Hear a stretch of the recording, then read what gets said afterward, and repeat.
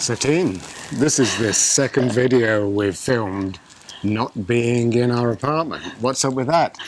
Have we been evicted? No, Norm, we haven't. But we're kind of really enjoying just being on location with this gorgeous weather we've been having. It's summertime in Canada. And we're actually having a heat wave at the moment. We've got days where they're in the late 30s and it is really hot. So here we are on location. Anyway, Teen, we get down to business. Yeah. Okay. 4 essential things you need to be doing now in retirement. Yes. It's weighty, but some great tips here. So, where are we going to start, Teen? Well, I think one of the biggest things, Norm, is our wills need to be updated, don't they? Oh my, yes. We've done 2 wills in our life, and the last time it was a long, long time ago. Yes. So things have changed, haven't they, T? Absolutely. The kids have grown up and now we've got grandchildren and we've sold the house and life is very different for us. So with the whole COVID thing now, the lawyers are back to work in their offices, no longer doing the Zoom calls as much. So we are going to go and have a new will prepared to reflect our stage of life. We also, at the same time, will be looking at power of attorneys and updating those as well. Right. So, Teen, password protection. How high-tech are we with all our safety? Well, we're kind of a little bit old-fashioned in this, hey, Norm? We are. We kind of believe in sort of writing it down in a little book or a piece of paper. So that is the big classic mistake, really, from what security people tell you. That it works for us, or it has done.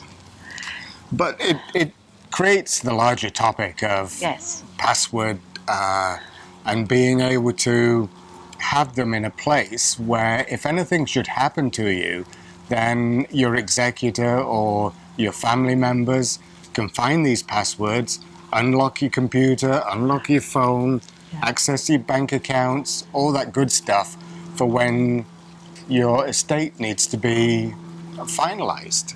Yeah, it's very true, isn't it, Norm? So we're almost thinking that it's a really good idea if you want to have it all written down, write it down, put it in an envelope, even with the will, so it can be a package completely that the executor could be handed over. We think it's sensible if you put together all your documents in a folder, and so it's like a handbook for your family after when you pass, that they'll be able to handle things with ease. And you be giving them the ultimate help. It's a great idea, isn't it, Norm? But if you don't like the piece of paper, there are password managers which are more and more sophisticated. And maybe that's a way to go. There are a number of services that you can buy that will look after your passwords for you. And so one of the benefits is while you're still living is you don't have to enter them into each and every website that's password protected for you. No, it does seem a really good idea, doesn't it, Norm? If you can do this and have it on your computer, hey? It does. But just think ahead of your family, your executor. How are they going to access all the password protected items that you've built up throughout your life?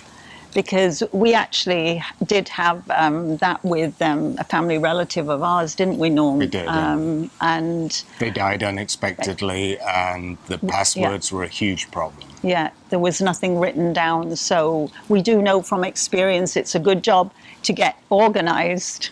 It is. So anyway, before we get fried in this hot Canadian sunshine, we're going to go to a different location. And we've got another great point for you, so stick with us, 18? Yes, absolutely. Well, here we are. We've just come out of the doctor's office and we've just had the injections, haven't we? But not only that, Teen, they snuck in another injection while we were there for pneumonia. I knew, Pneumonia. Pneumonia, which you get just one of that shot, Norm, when you turn 65. So we don't have to have that one again. So as we said in a previous video, because we're between the ages of 65 and 70, in Ontario, Canada, these injections are free for us. So the Shingrix, which I can't say, and the pneumonia shots were both given to us free as preventative healthcare medicine. Which is awesome, isn't it? Really is. Yeah.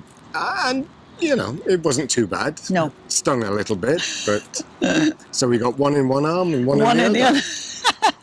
So here we are, outside our doctor's office, and we're recommending, if you're 65, maybe look at pneumonia and the shingles vaccine, because we did have the old shingles vaccine, which turned out not to be quite as effective as they hoped over the long term.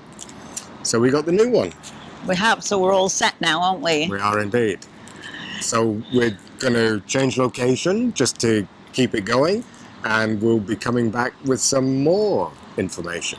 Yes. Okay, Teen, I know it's not a great subject to be talking about, but prepaying your funeral. I know, it's kind of a bit of a taboo subject, isn't it, Norm? It is, but how did this come about for us, Teen? Well, amazingly enough, we had lunch with some friends of ours last week, and all of a sudden, out of the blue, they said, hey, we've just prepaid our funeral. And we went, oh, wow, we were kind of shocked, weren't we? Yeah, so we quizzed them about it, and they came up with some really, really interesting facts. Yeah, they did. Turns out that in Canada, certainly in Ontario where we live, there are two types of funeral companies. There's the full-service funeral directors, and they often have those lavish, large buildings with banquet halls, full service so they can do the wake. And then there is a different type of funeral service, Tina. Yeah, and this is called a transfer service operator. And basically, they do a full cremation service for you. They take care of everything. Yep. All the paperwork, everything. And if you should pass away somewhere in Canada, they actually bring your body back to where you booked it all at home. So the amazing thing, Teen, was that we found out that their top-of-the-line package, which basically includes everything, $2,600 Canadian, including tax. we actually thought, that sounds a really good deal. So actually, we're thinking of doing it, aren't we, Norm? We are indeed. Because once again, it's something that you can help your family with at a distressful time of bereavement. For people having to then come up with what they think that you would want, they don't have to do that. No, it's all there. And all your wishes are taken care of because we're the ones that have organised it and prepaid for it. And if the prices do go up, then it's still held at the same price because we believe they invest the money into a fund and gain interest on it or dividends or whatever. So we learned a lot that day, didn't we, Norm? We really did. And it was something that we hadn't really considered because, you know, it's not a fun subject to think about your own existence and demise. But the older that we're getting, we understand it's the right thing to do for our children so that we can... sort of help them, right? Yeah, leave them one less thing to do. Plus, it's paid.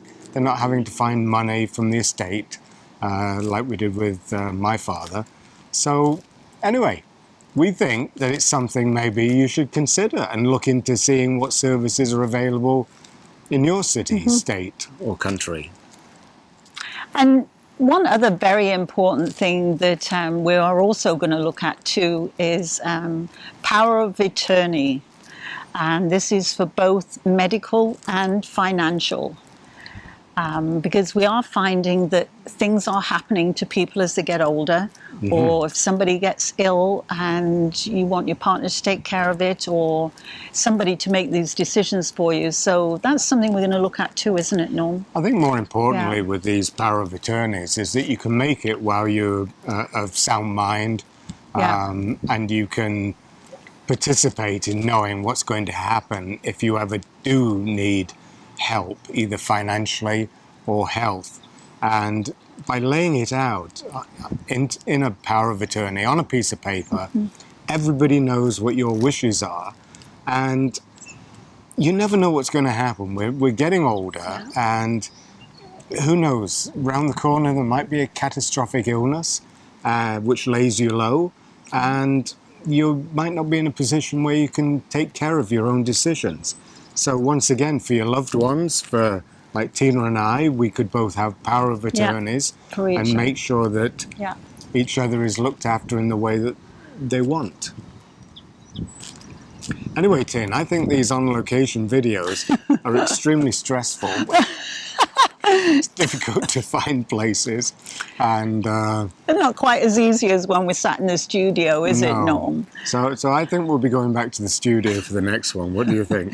Maybe, but we do hope that everybody has enjoyed watching it. And keeping well. And staying safe. And until the next time. Bye-bye. Bye-bye.